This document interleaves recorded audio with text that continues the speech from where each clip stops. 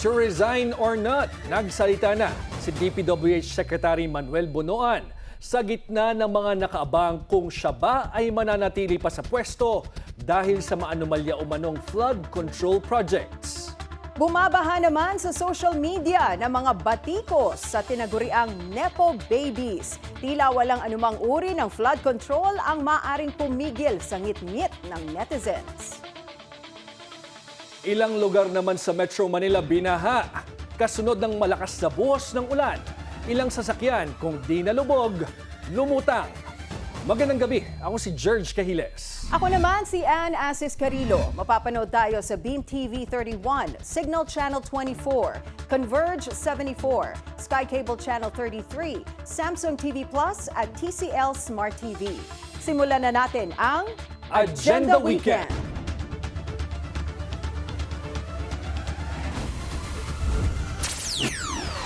DPWH Secretary Manuel Bonoan nagsalita na. Panawagan ng mga kritiko na siya ay mag-leave o tuluyang mag-resign. Tinabla. Netizens, binaha ang social media sa pagbatikos sa mga tinaguriang Nepo Babies. Ilang bahagi ng Quezon City nalubog sa malakas na buhos ng ulan. Grupo ng mga mamamahayag binatikos si Leyte 4th District Representative Richard Gomez. Lookout bulletin inilabas ng Immigration Bureau laban kay bilyonaryo gambling tycoon Atong Ang, Gretchen Barreto at halos 60 iba pa. At iba't ibang produkto ng mga MSME bumida sa isang event sa Quezon City.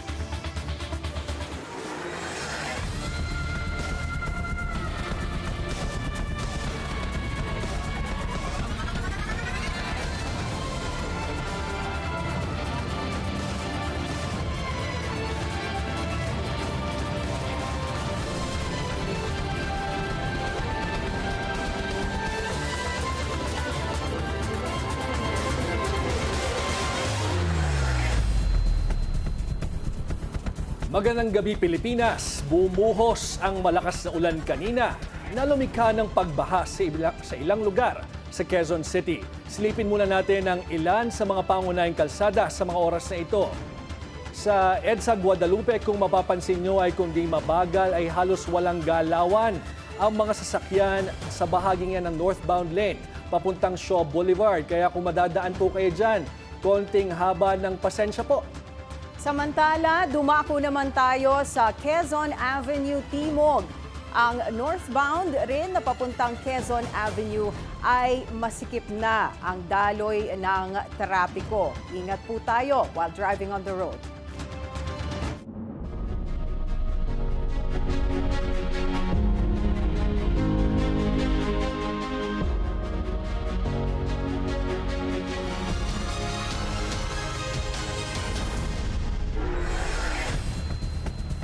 Nanindigan si DPWH Secretary Manuel Bonoan na hindi siya bababa sa pwesto sa kabila ng panawagang magbitiw dahil sa mga alegasyon ng maanumalyang flood control project. Narito ang Agenda Weekend Report ni Hannah T. Hindi po ang pag-alis o pag-iwas ng responsibilidad ang tamang paraan ng paghahanap ng solusyon. Hindi bibitiw sa pwesto si Public Works and Highways Department Secretary Manuel Bonoan. Yan matapos ang concern ng ilang mga opisyal na may command responsibility siya sa mga anomalya sa flood control projects. Masakit daw tanggapin ng mga ito sa ilalim ng kanyang termino, pero hindi ibig sabihing umalis dapat sa pwesto. Sa akin po, tatanggapin ko ang accountability. Pero tandaan po ninyo, hindi ko po kukonsintihin at papayagan ang anumang uri ng korupsyon na nangyayari. May kalalagyan din ng mga tiwali sa DPWH at sinumang contractor na naglustay ng pondo ng bayan, ayon kay Bonoan. Gusto nating managot ng dapat managot, makulong ang dapat makulong. Matatandaang nakalaya na si DPWH Batangas 1st District Engineer Abelardo Calalo matapos magpiyansa ng 150,000 pesos. Siya ang nanuhol umano kay Representative Leandro Leviste ng higit kumulang 3.1 million pesos para itigil ang investigasyon sa infra projects sa Batangas. Para i-address sa mga katiwalian sa ahensya, bumuo na ng Anti-Graft and Corrupt Practices Committee ang DPWH. Pinatawan na rin ng preventive suspension ng employees ng Bulacan 1st District Engineering Office, ang lugar na notorious umano ang pamamalakad pagdating sa flood control, ayon kay Senator Ping Lacson. Bukod pa riyan, may fraud audit na raw sa mga kaduda-dudang proyekto. Suspendido na rin ang applications for Foreign Travel Authority ng DPWH officials habang ongoing ang investigation, maliban na lang kung may medical reasons. Sa latest monitoring, tinanggal sa pwesto bilang Regional Director ng DPWH Mimaropa si Engineer Gerald Pacanan kasabay ng sinasagawang investigasyon tungkol sa flood control projects. Hangad daw ng DPWH malusutan ang problema sa flood control na kagagawan umano ng scalawags. Pagtitiyak ni Bunuan, marami pa raw ang matitino at mahuhusay na tao sa ahensya. Para sa Agenda Weekend, Hannah T., Bilyonaryo News Channel. Bumuwelta ang Malacanang sa unsolicited advice ni Vice President Sara Duterte kaugnay sa pagresolba sa baha at pag-ikot sa Filipino community sa buong mundo. Narito ang Agenda Weekend Report ni Ivy Reyes. Sa dahil ng biyahe ni Vice President Sara Duterte, bakit daw hindi simulan sa Davao City ang advice ito sa administrasyon tungkol sa pagresolba sa baha? Ito ang pahayag ng palasyo matapos sabihin ni VP Duterte na dapat gayahin siya ng gobyerno na umiikot sa iba't ibang Filipino communities worldwide. Naku, libreng advice na naman ito. Magbibigay na naman ako ng libreng advice sa administrasyon. Hindi man ako libre na konsultan ng administrasyon. Gumawa kami ng IM for Davao, Infrastructure Modernization for Davao. So nakalatag doon ano yung mga infrastructure projects na kailangan gawin ng Davao City. Isa doon is flood control and drainage system. Luma na ang drainage system ng Davao kaya kailangan ng modernong plano. Ayon sa bise, ang problema ng Davao, hindi interesado ang gobyerno sa kanilang plano. At hindi rin naman bias ng kanilang master plan dahil international experts ang kanilang kinonsulta para dito. Ang buwelta ng palasyo, tingnan muna kung talagang may natutunan ng bise sa kanyang paglilibot abroad. Para sa Agenda Weekend, Ivy Reyes, Billionaire News Channel. Sisimulan na ng House Tri-Committee sa Setyembre ang investigasyon sa mga maanumalyang flood control projects. Para sa detalye, makakausap natin sa linya ng telepono si Bicol Saro Party List Representative Terry Redon. Magandang gabi, Representative Terry Redon. Ann Carilo po ito ng Agenda Weekend. Magandang gabi po. Maraming salamat sa pag-imbita. Sir, kamusta ang paghahanda ng House Tri-Com? May mga ipapatawag ba kayong mga opisyal sa Executive Department bukod sa DPWH? Kasama na ho yung House Infrastructure Committee initial hearing sa September 2, Tuesday po ng 9 a.m. So imbita po dyan lahat ng mga opisyal po ng DPWH mula sa secretary hanggang po doon sa mga sasamang mga district engineers dito po sa Bulacan, particularly si District Engineer Henry Alcantara na itinuturo hong sangkot dito po sa mga ghost projects at substandard projects sa Bulacan. Ito po yung mga lugar na napuntahan po ng Pangulo ng Pilipinas. Basically, what will you be focusing on, sir, during the first few sessions of your probe? Well, pag-uusapan na talaga natin diretso yung ghost project sa Bulacan kasi ito po yung mga na-inspeksyon na ho ng Pangulo. So, I think we will be able to determine accountability on the first hearing alone dito po sa ghost projects at kahit po doon sa dalawang substandard projects po sa Kalumpit, Bulacan kasi malinaw naman ho kung sino ho yung kontratista na involved po dito. Malinaw ho kung sino ho yung mga DPWH engineers at officials na involved po dito. So gusto natin maipakita yung agarang action din dito po sa unang pagdinig pa lang po. Mapag-usapan din po pagka meron din pong oras, yung pong tinatawag ng undercapitalized firms. Kasi kasama ho siya doon sa top 15 din po ng Pangulo. Ibig sabihin, meron siyang 250,000 in capital pero nakakuha po ng bilyon-bilyon pong piso ng mga proyekto. Similar po ito doon sa Farmally controversy na meron ho silang 660,000 na mga capitalization pero kumuha po ng 10 billion in medical supply contracts. Ito po mga ito ay pumipila na sa Sandigan Bayan para sa kanila pong mga kaso. So similarly, tingin ko dapat may ganyan din pong abutin. Ito po mga undercapitalized firms nakasama po doon sa top 50 ng ating pong Pangulo. Si Baguio City Mayor Benjamin Magalong has been very vocal about yung alleged irregularities dito sa flood control projects ng DPWH. Naimbitahan niyo na po ba si Mayor Magalong to be part of this probe? Hindi ko siya kasali doon sa first hearing sa darating pong Martes kasi I don't think meron naman siyang personal knowledge doon po sa mga nangyari sa Bulacan. Pero I think in a future probe, maimbitahan po si Mayor Magalong with the two important conditions. Una, dapat ma-disclose po niya yung 67 lawmakers na sinasabi niya pong contractors. Pangalawa, sino po yung mga lawmakers na sinasabi niya pong kumukuha ng 30 to 40% kickbacks mula po sa mga proyekto po ng gobyerno. Do you believe his testimony, sir, will strengthen or help your investigations? But pagka kompleto yung kanyang mga documentation, particularly doon sa mga sinasabi niya nga mga kumukuha po ng 30% to 40% kickbacks, I think makakatulong po ito doon sa truth-seeking po na gusto po nga gawin po ng Kongreso. Basically, gusto natin malaman sino ho ba yung sinasabi niyang nagpaparte-parte nito po nga pondo ng bayan. Kontratista ba yan? Mataas na opisyal ba ng DPWH ba yan?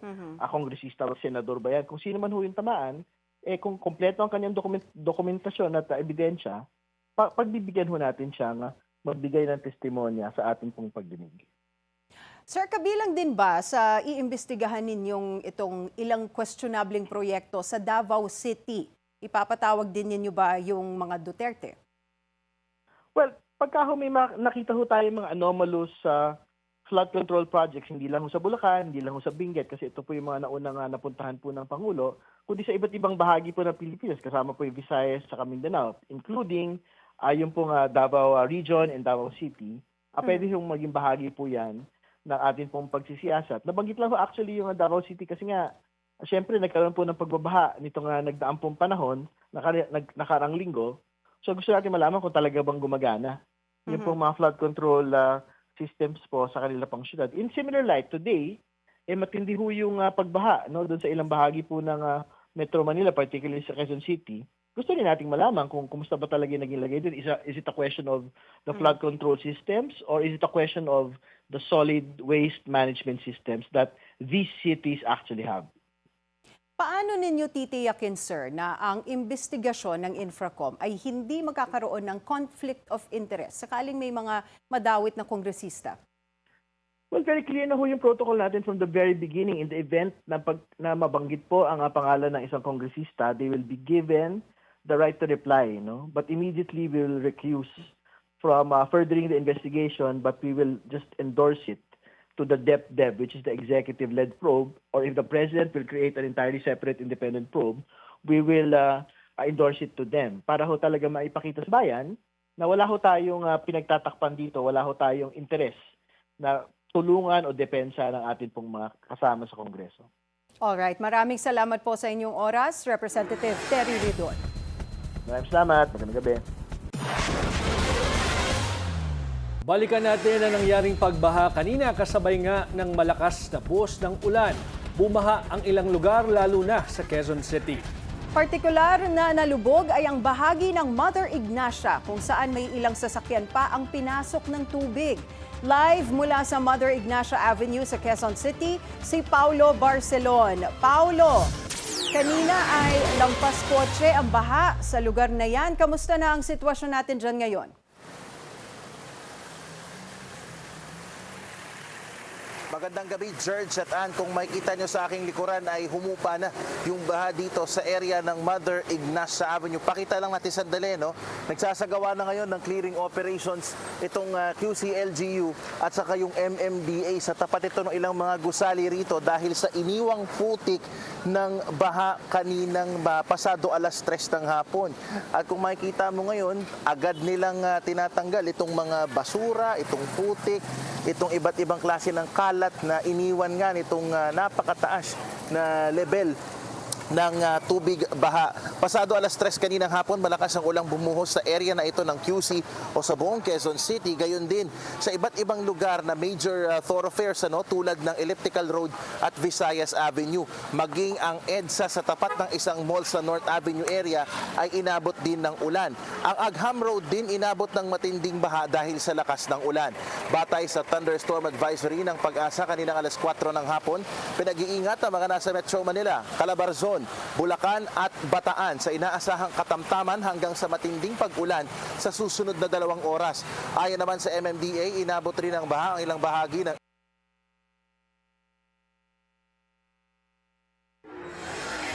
ay masusi pa rin nating binabantayan yung lagay ng ibang kalsada rito, lalo na sa mga babiyahe nating kababayan na nanonood at nakikinig papunta o pauwi sa kanilang mga destinasyon, partikular sa may area ng EDSA Centris at sa may area din ng Katipunan kung saan sa ngayon ay may at least tire deep pa yung level ng baha na inaasahan doon. Sa ibang areas naman, George at Ann, inaasahang uulanin bukas ang ilang lugar sa Occidental Mindoro, sa Aklan, Antique, Iloilo, Guimaras at Negros Occidental. Bunsod pa rin ang habag at yan ay ayon sa 5 p.m. weather advisory ng Pag-asa. George, Ann. Maraming salamat, Paolo Barcelon. Tila naitsapwera ang Senado sa usaping tariff deal ng Pinas sa US ayon kay Senador Juan Miguel Meg-Zubiri. Sa isang Senate joint hearing, tinalakay ang imposesyon ng 19% tariff rate sa Filipino goods ng administrasyon ni Donald Trump. Disappointed si Zubiri dahil kept in the dark umano ang Senado sa naging usapin. Paalala ni Zubiri, hindi lang trabaho ng ehekutibo ang issue sa taripa at katunayan, nasa congressional powers ito. Concerned din ng senador sa magiging kahihinatnan ng Del Monte Philippines, ang exporter ng world-class na mga pinya mula Bukidnon matapos ihayag ng kumpanya na nagdurusa rin sila sa tariff imposition ni Trump.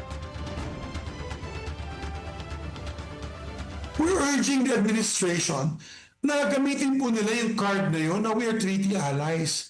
We have to get better arrangements or better at least treatment from a fellow treaty ally. Diba?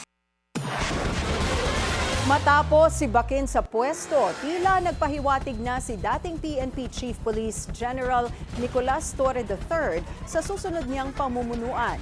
Narito ang Agenda Weekend Report ni Ivy Reyes. Nagpahiwatig ang Malacanang na tila magugustuhan ni ex-PNP Chief Nicolas Torre III ang inaalok na pwesto ng palasyo matapos itong tanggalin. Meron po talaga inaalok katulad po ng sinabi natin at sa ngayon po ay wala pa pong komento. Hintay na lamang po natin kung ano magiging positibong reaksyon ni General Torre dito.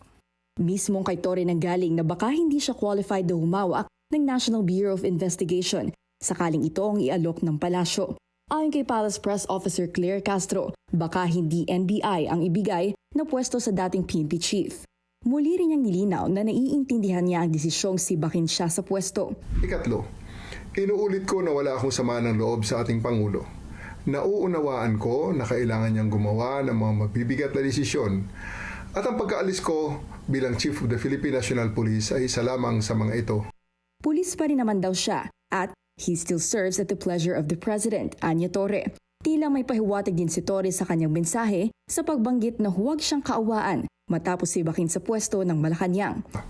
Salamat din sa mga naawa sa akin, ngunit hinihiling ko sa inyo, huwag niyo akong kaawaan. In spite of my abrupt removal as Chief of the Philippine National Police, okay po ako. Kung meron man tayong dapat kaawaan, iyon ay ang milyon-milyon nating mga kababayan na paulit-ulit na nagiging biktima ng palagiang pagbaha. Sila ang tunay na nangangailangan ng tulong at kalinga sa panahon ngayon, sapagkat hindi naman sila ang dapat laging nagdudusa at naghihirap tuwing tagulan. Una nang umugong ang balita na bagay si Torre na gawing anti-corruption czar dahil sa tapang ng 4-star general. Para sa Agenda Weekend, Ivy Reyes, Billionaire News Channel. Ngayong National Press Freedom Day, kinonde na ng mga politiko at media groups ang naging pag-asa ni later Representative Richard Gomez sa mga mamamahayag sa social media. Panawagan nila sa mambabatas, huwag gawing personal ang mga kritisismo. Ang detalye sa Agenda Weekend Report ni Paulo Barcelon. Hindi na iwasang mapag-usapan ngayong National Press Freedom Day ang kontrobersyal na post ni Leyte 4th District Representative Richard Gomez na bayaran ang mga mamamahayag na sinubukan lamang kunin ang kanyang panig ukol sa isang issue. Ayon kay National Press Club of the Philippines President Leonel Abasola, hindi katanggap-tanggap ang ginawa ni Gomez dahil hinihingi lamang ng mga media practitioner ang panig niya ukol sa gumuhong flood control project sa Matag-Ob, Leyte. Hindi po dapat ganun eh. Hindi ka pwedeng maging, ano tawag yan, balat sibuyas na onion skin ka eh. Dapat sabihin mo kung sino or what. Pero ang nakakapagtaka dyan ay hindi ini-interview siya, ayaw naman niya. Dagdag pa ni Abasola, mas mainam na unang kinakausap ang mga opisyal ng gobyernong nadadawit sa mga kontrobersya upang mapagbigyan sila ng pagkakataong depensahan ng sarili sa anumang alegasyon. Fair yung ginawa ng mga journalist doon na kunin yung side niya. Tapos, and yet, ayaw niya mag-reply. So ano to? Then, mabigla ka magsasalita na ito, bayaran. Hindi katanggap-tanggap yun. Sa programang Point of Order sa Abante, sinabi ni National Union of Journalists of the Philippines Chairperson Jonathan De Santos na nakaka-alarma ang inasal ni Gomez dahil hindi naman baguhang kongresista si Gomez para hindi nito malaman ang dapat na ugnayan ng media at mga opisyal ng pamahalaan. Pwede niya sabihin, hindi niya sinasadya. Pwede niya sabihin, ay, hindi ko naman alam. At medyo mas nakakatakot ngayon, ano, na hindi, kung sakali sabihin niya, hindi niya pala alam na bawal yun. Ano? Oo. So, yun. We're hoping na i-take down man lang sana niya yung post niya. No? Dagdag pa ni De Santos, kung maayos na tumanggi si Gomez sa hiling na panayam sa kanya, irespeto naman ito ng media. Kasabay nito, pinayuhan ni De Santos si Gomez na kumuha ng Media Relations Officer na siyang magsasala ng interview request sa kanya. Hindi nalalayo ang kwento ni Goma at ni Manila Mayor Isko Moreno Domagoso na parehong artistang naging politiko. Ani Domagoso, dapat umanong maunawaan ng mga artistang naging taong gobyerno ang kahalagahan ng mga mamamahayag sa pagseserbisyo sa publiko. I don't take it personally when I'm being criticized. That's normal. Katwiran ko nga eh. Si Jesus lang ang perfect. Kami naman madalas binibigyan naman ng pagkakataong sumagot at maipaliwanag. But at the end of the day, whether journalists and people in government, mahalaga yung communication. Sa ngayon, nananatili pa rin nakapost sa Facebook ng kongresista ang post niya na may numero ng mga mamamahayag na siyang posibleng paglabag sa Data Privacy Act. Naka-off pa din ang comment section sa nasabing post at wala pa ring tugon ng kongresista ukol sa issue. Sa halip, todo share pa din ang page ni Gomez ng mga radio broadcast sa kanyang lalawigan. Kaninang umaga naman, bahagyang nagdaos ng programa ang NPC bilang pag-alala sa National Press Freedom Day na siya ring 175th birth anniversary ng bayaning periodista na si Marcelo H. Del Pilar. Iisa ang panawagan ngayon ng mga mamamahayag sa mga nasa kapangyarihan. Matuto sana silang rumespeto sa karapatan sa pamamahayag at pagkuha ng lahat ng panig ng storya dahil ang trabaho ng mga periodista hanapin ang agenda sa likod ng bawat balita. Para sa Agenda Weekend, Paulo Barcelon, Billionario News Channel. Viral sa social media ang lavish lifestyle ng ilang personalidad na konektado sa mga questionableng contractor ng flood control projects. Ang kanilang pasosi post hindi nagustuhan ng ilang artista. Narito ang Agenda Weekend Report ni Hannah T. Frustrated ang ilang artista sa kumakalat na issue ng Nepo babies. Sila ang bagets ng malalaking influential families na di umano'y may lavish lifestyles. Viral ang isang satirical Guess the Bill video ng isang TikToker na si Juliana tungkol sa casual dinner setup ng mga anak umano ng corrupt officials. Doon, sinabing barya lang ang 750,000 worth na bill sa isang 5-star hotel dinner. May caption pang, "Dad, pakibayad ng bill namin." Ni-repost ito sa X ng aktor na si Matteo Guidicelli habang may statement na hindi ito nakakatuwa. Bunsod yan ng viral videos ni Claudine Co matapos pumutok ang issue sa flood control projects. Base sa profile ng pep.ph, anak siya ni Christopher Ko, ang co-founder ng construction na Hightone Construction and Development Corporation. Hightone ang isa sa tumanggap ng malaking share sa pondo ng flood control projects, ayon kay Pangulong Ferdinand Marcos Jr.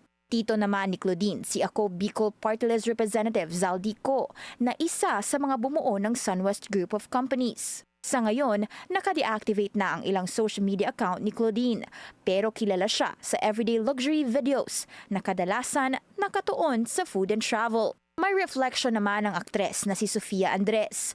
Mas fulfilling daw ang pag-travel kung galing ito sa hard-earned money. Kaya para sa hardworking gals, huwag daw mag-guilty sa paggasta ng pera para sa memorable experiences. Sa isang mas seryosong tweet, pinaalala naman ng film director na si Quark Henares na kung usaping nepo baby shaming, huwag kalimutan ang nooy issue ng isang lalaking bumunot umano ng kutsilyo dahil lang hindi nabigyan ng prostitute. Patunay daw na privilege leads to impunity. Hindi ito pinangalanan ni Henares. Patuloy din ang pag-tweet ng host na si Bianca Gonzalez Intal sa social media. Para raw sa mga walang generational wealth, nakakahiya pang mag-post online tungkol sa mga nabili o pinuntahang lugar. Pero itong nepo babies, kita sa feed ng lahat ng kanilang lavish na pamumuhay. At dahil weekend na, good job daw sa mga nagtatrabaho ng marangal. Sana, in time, managot umano ang mga taong umaabuso sa kaban ng bayan. Ikinagalit naman ng aktres na si Nadine Lustre ang sandamakmak na paglustay ng taxes natin na napupunta lang daw sa walang katapusang baha. Obvious daw na maling-mali ito lalo't walang nakikitang improvement. Para sa Agenda Weekend, Hannah Tia, Bilyonaryo News Channel. Susunod, lookout bulletin inilabas ng Bureau of Immigration. Laban kina bilyonaryo gambling tycoon Atong Ang, Gretchen Barreto at mahigit 60 iba pa. At bagong esports Liga ng Bayan nagsimula ng magpasiklab. Huwag bibitiw, magbabalik pa rin ang Agenda Weekend.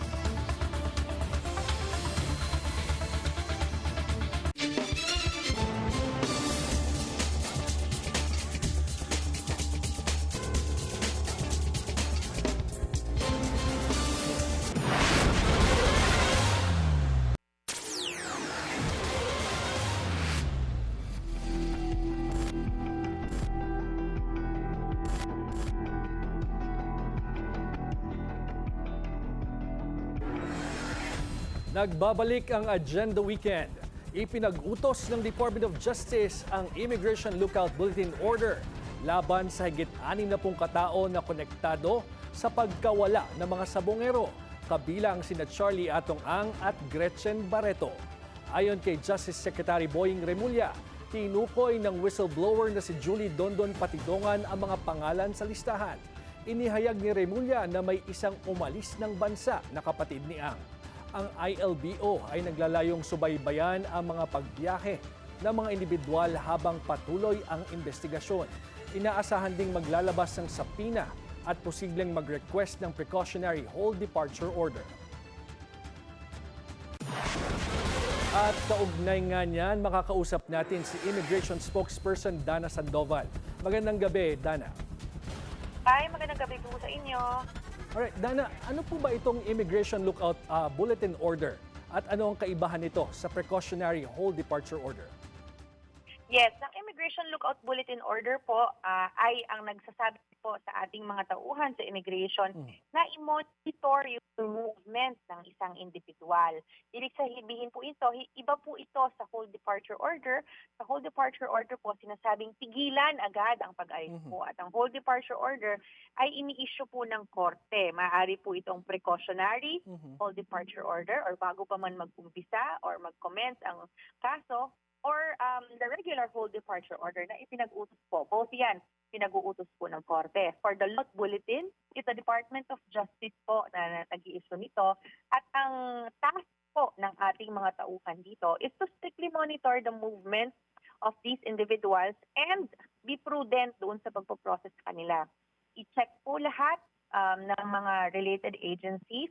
Baka meron pong freshly issued warrant of arrest, full departure order, or any type of order against them because of the seriousness of the case na inihahanda po laban sa kanila. So Dana, ibig sabihin, kung pag sinabi niyong monitoring, kung lumabas sa bansa at kung saan pupunta. And from that Yes. destination, may iba pang pupuntahan. Yes, yun po yung tinitingnan natin. We check kung saan yung pupuntahan. We take note of all the addresses.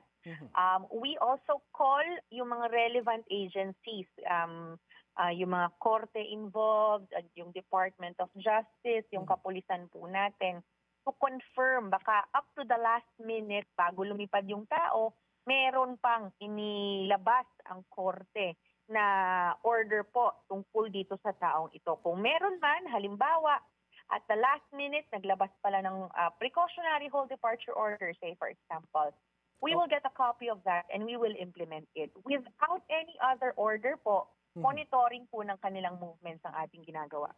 Okay, so paglilinaw, walang karapatan ng Bureau of Immigration na pigilin ang sino man o umalis ang isang taong nasa ILBO.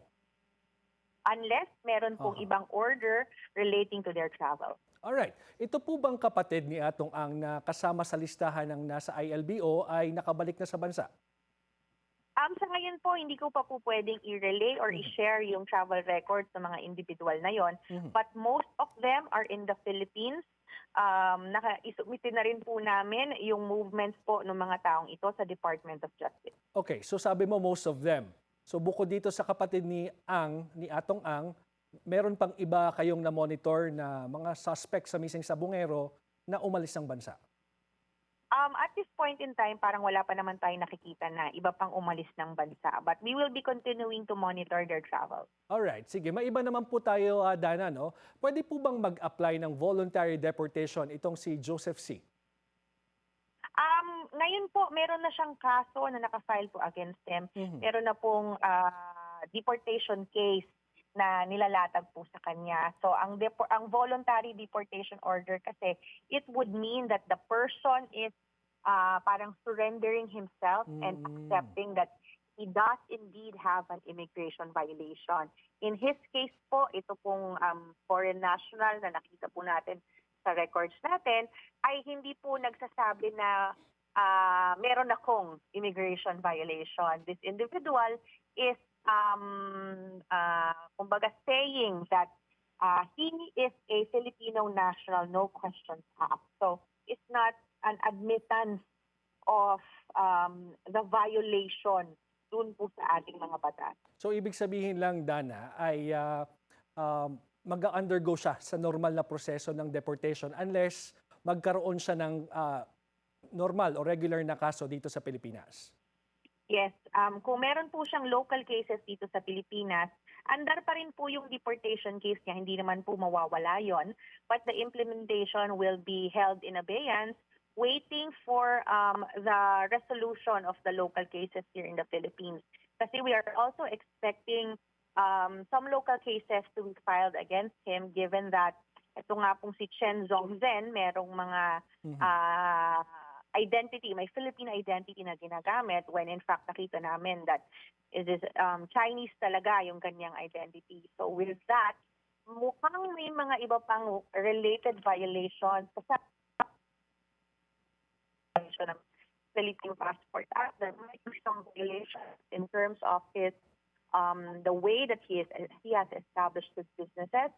So aantabayanan po namin yan at we will take those into consideration before implementing deportation. Ay, kumbaga, posibleng patong-patong na mga kaso yung kaharapin niya. Maraming salamat, Dana Sandoval ng Bureau of Immigration. Salamat po, magandang gabi. Matapos ang kanilang patotsadahan, kamakailan, nag-post si Manila Mayor Isko Moreno sa kanyang Facebook page ng mga larawan ng pagbisita ni 3rd District Congressman Joel Chua sa City Hall ng Maynila, kasama sina 1st District Congressman Ernix Dionisio at 5th District Congressman Erwin Tieng. Ayon kay Mayor Isko, inilatag ng 3 mambabatas ang kanilang mga inisyatiba para sa kani-kanilang distrito. Binanggit din ni Moreno na mahalaga ang pagtutulungan ng mga lokal at pambansang gobyerno para mapabilis ang delivery ng basic services sa Maynila. Nagpapakitaan niya ito ng isang malakas na ugnayan at pagtutulungan para sa ikabubuti ng mga Manileño. Pinangangambahan naman ng ilang grupo ang pagdami ng mga nahuhuling Chinese spy sa bansa. Posible raw kasi na paghahanda ito para sa gaganaping eleksyon sa 2028. May Agenda Weekend Report si Ivy Reyes. Nagbabala si International Development and Security Cooperation o IDSC founder Chester Cabalza na konektado ang pagdami ng Chinese sleeper spy sa bansa sa presidential election sa 2028. Ang Pilipinas is very democratic yan eh. We allow everyone to come to our country, no? And sometimes itong mga ito, trade naman ng mga ito, they come as tourists or as students or as ordinary people or as businessmen. So, you know, they transform, they come in different forms. No? Syempre, malay ba natin na yung kausap pala natin isang spy, no? So, ganun ka-trained ang mga ito, no? And they speak our language, no? And they assimilate with Filipino-Chinese communities. Ang mga nahuhuling espiya o umano ng China simula 2023, pruweba raw ng agenda ng China na pasukin at aralin ang politika ng Pilipinas. Kahapon, sinabi ng Malacanang na aktibong minomonitor ng National Security Council ang presensya ng mga espiya pero hindi pa makapagbibigay ng impormasyon ang executive for security reasons. The government does not take espionage lightly and we act swiftly when credible intelligence is verified. Recent operations have already led to arrest of suspected foreign operatives with law enforcement and intelligence units to dismantle espionage network whenever they may be. Matatanda ang ilang araw bago ang May Pulse nitong taon, nahuli ang isang Chinese national na may suspected spy device sa tapat ng COMELEC office sa Intramuros. Sa isang sesyon sa Senado nitong linggo, ayon kay Senator Panfilo Lacson, bukod sa COMELEC, may mga espiya rin umanong nahuling nagmamanman sa Malacanang at Camp Aguinaldo. Samantala, sa usapin ng West Philippine Sea, nilinaw ni AFP spokesperson Rear Admiral Roy Trinidad na hindi naman umalis ang Navy ships ng hukbong dagat sa West Philippine Sea. Taliwas ito sa pahayag ni National Maritime Council Undersecretary Alexander Lopez na warlike umano ang pagdedeploy ng warships sa Philippine waters. Paglilinaw ni Trinidad, ang Philippine Navy naman, ang AFP, hindi kailanman umalis sa Baho de Masinloc. May regular maritime patrols and air surveillance flights, not only in Baho de Masinloc, pati sa Northern Islands and even in the Calayan Island Group. kinumpirma rin ni Trinidad na wala pa ulit na papabalita sa kanila na bagong insidente sa West Philippine Sea. Para sa Agenda Weekend, Ivy Reyes, Billionaire News Channel. Naging matagumpay ang Exercise Alon 2025 sa pagitan ng Pilipinas at Australia sa kabila ng pagbatikos ng China. Ang detalye sa Agenda Weekend Report ni Francis Polve. Opisyal nang nagtapos ang Exercise Alon 25 na nagpalakas sa partnership ng Australian Defence Force at Armed Forces of the Philippines. Ito ang pinakamalaking overseas exercise na nilahukan ng ADF. Simula noong August 15, nasa 3,600 ang lumahok sa War Games, kasama ang mga tropang Pinoy. Naipamala sa mga pagsasanay ang interoperability ng mga puwersa ng Canberra at Maynila sa lupa, dagat,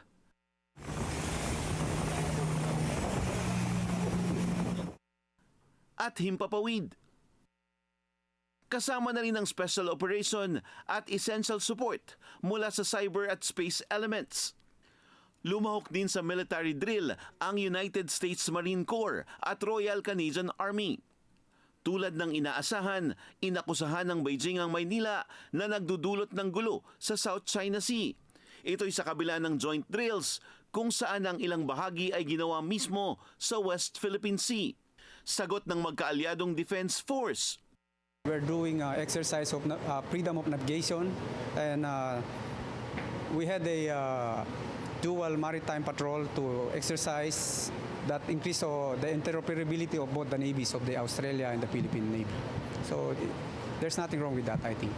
It is normal for allies and partners to train together, to build interoperability, and certainly normal for allies and partners to exercise within each other's territories, to build that interoperability between our two countries. Pati ang palasyo may hirit din. We cannot stop China from making its own narrative. But they cannot also stop us from fighting for our rights based on laws, on clause, arbitrary ruling, and for our being independent country. Di rin mapipigilan ng China ang mas malaking balikatan exercises kasama ang Amerika at iba pang mga bansa. Para sa Agenda Weekend, Francis Polbe, Billionaire News Channel. Gumulong na ang budget review ng Kamara kasama ang civil society organizations. Bahagi ito ng pangakong full transparency sa 2026 national budget. Yan ang Agenda Weekend report ni Elijah Bonzo. Sa ikalawang linggo ng deliberations of Committee on Appropriations, mas aktibong boses ang pangako nila para sa recalibrated process of budget review. For us to be able to increase engagement among the CSO, so we've instituted a new mechanism wherein they could send in their questions for the interpellations. Paliwanag ni Appropriations Panel Chairperson Micaela Swansing, ang mga katanungan at concerns ng civil society organizations ay maaari nang ihain sa komite 24 oras bago ang deliberation. Para raw ma-communicate ng Vice Chairperson ang ahensya o komite na magsusponsor ng mga pangamba at tanong ng mga grupo. As much as possible, kasi yun naman po yung pangako namin sa mga civil society partners natin na magiging continuous po, tuloy-tuloy po yung ating engagement sa kanila. Sa People's Budget Review with Civil Society Organizations kahapon, naghain ng mga suhestyon at panawagan ng iba't ibang CSOs, gaya ng sa budget allocation and accountability. Sa halip na pondohan ang sapat, ang mga produktong sektor, gaya ng agrikultura, paggawa at iba pang batayang industriya na kayang bumuhay sa ating ekonomiya,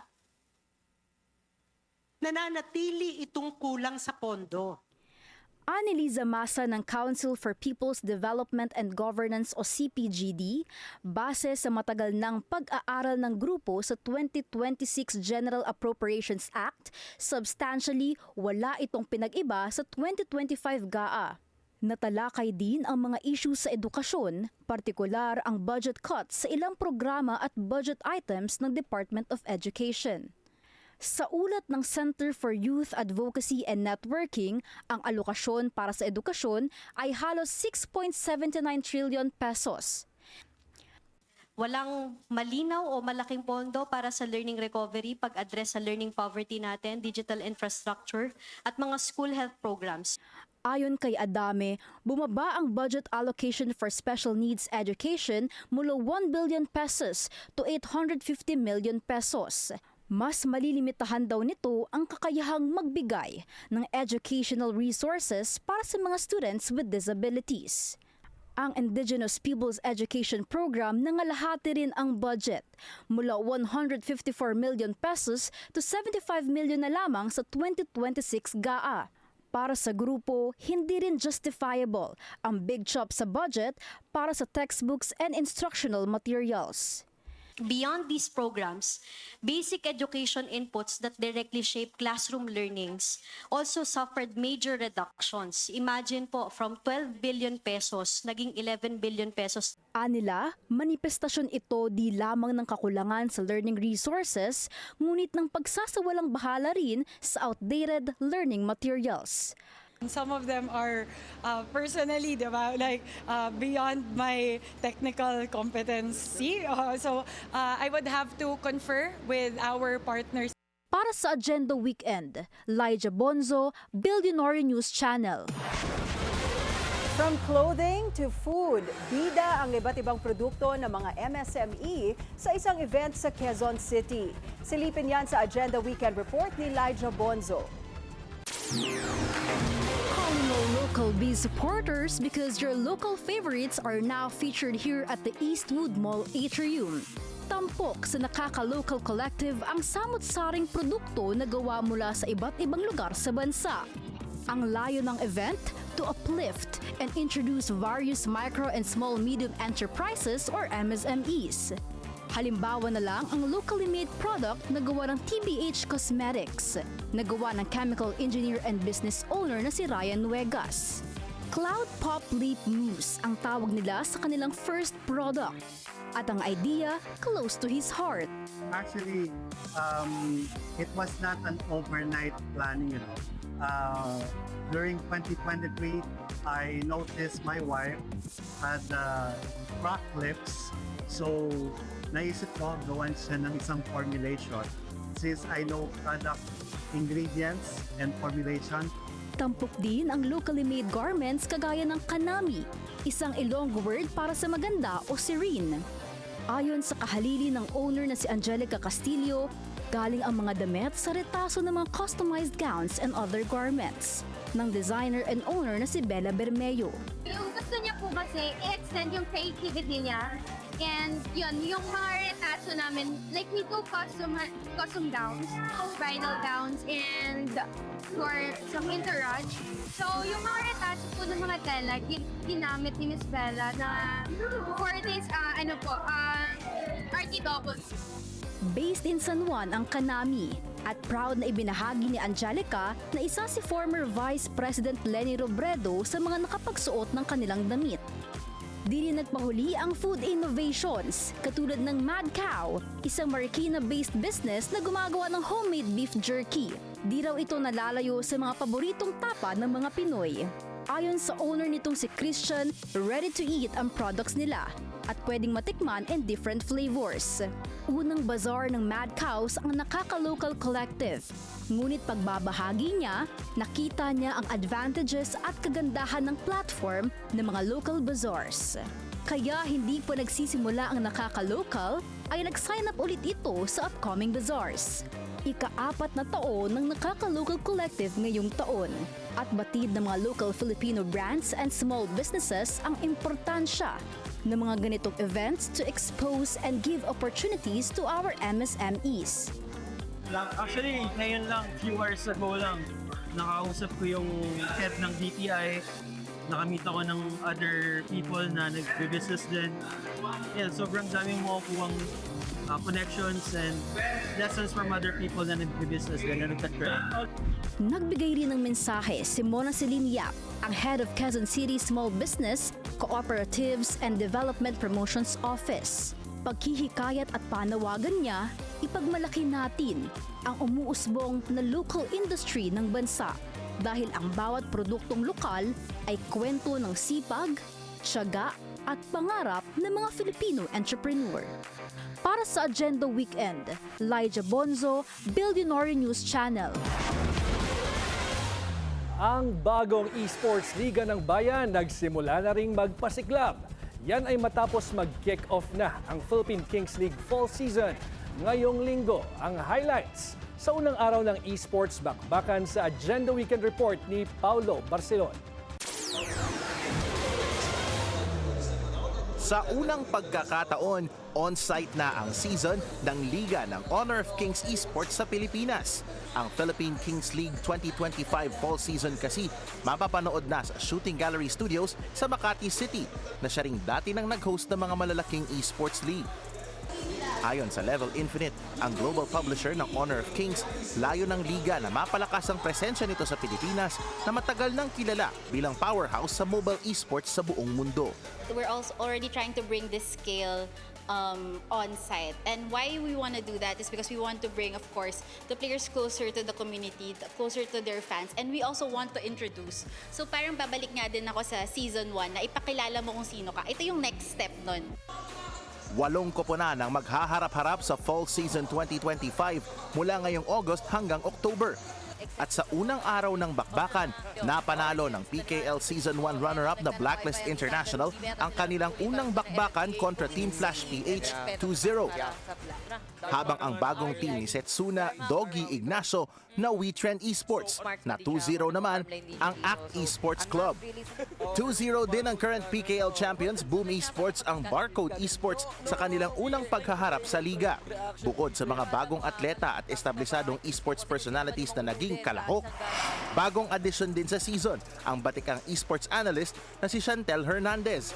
Overwhelmed at masaya ang ating ni Chantel sa suportang nakukuha niya mula sa community, co-talents at fans sa mainit na pagtanggap sa kanya sa liga. Thank you so much, guys. HOK is very supportive because they gave me 3 weeks as a part of panel, and then week 4 pa talaga ako magkakast. So binibigyan nila ako on my own pace na, okay, study the game.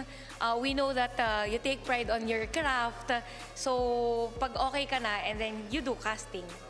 7 taong naging bahagi ng esports broadcast si Chantel, pero nais niyang dalhin ang lakas at talento ng isa sa mga pinakatumatak na pangalan sa esports scene sa Philippine Kings League. Nakilala si Chantel sa kanyang broadcast style na inilalapit ang puso ng laro sa mga bakbakan para madaling maunawaan maging ng non-esports fans ang mga kaganapan sa isang laro. Sometimes nakakatanggap ako na message in the middle of the night na nagsishare lang siya about academics, yung struggles niya sa trabaho.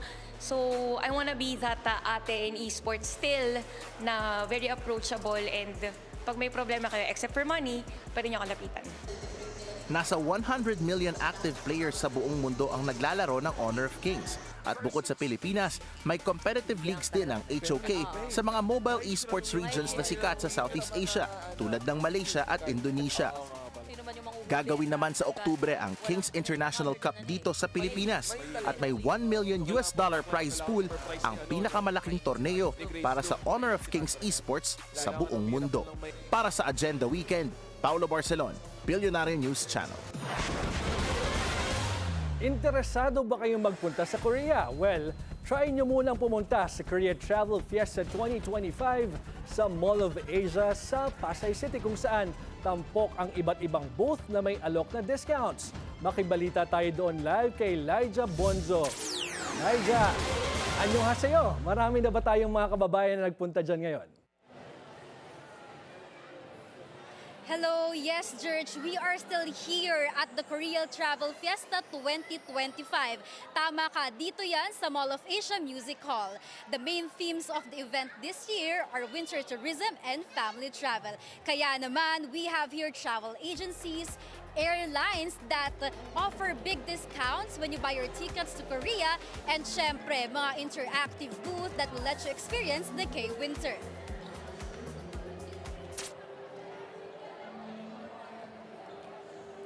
Hindi pa man natatapos ang unang araw ng Korea Travel Fiesta 2025, tinatayang 3,000 na ang dumalo sa event.